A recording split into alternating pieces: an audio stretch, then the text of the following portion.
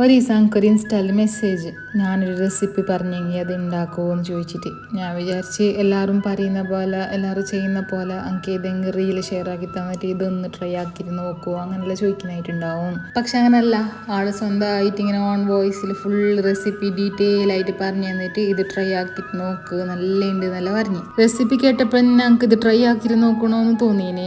എൻ്റെ മറ്റു പല കാരണങ്ങൾ കൊണ്ട് എനിക്ക് ഇത് ഉണ്ടാക്കി നോക്കാൻ കഴിഞ്ഞിട്ട.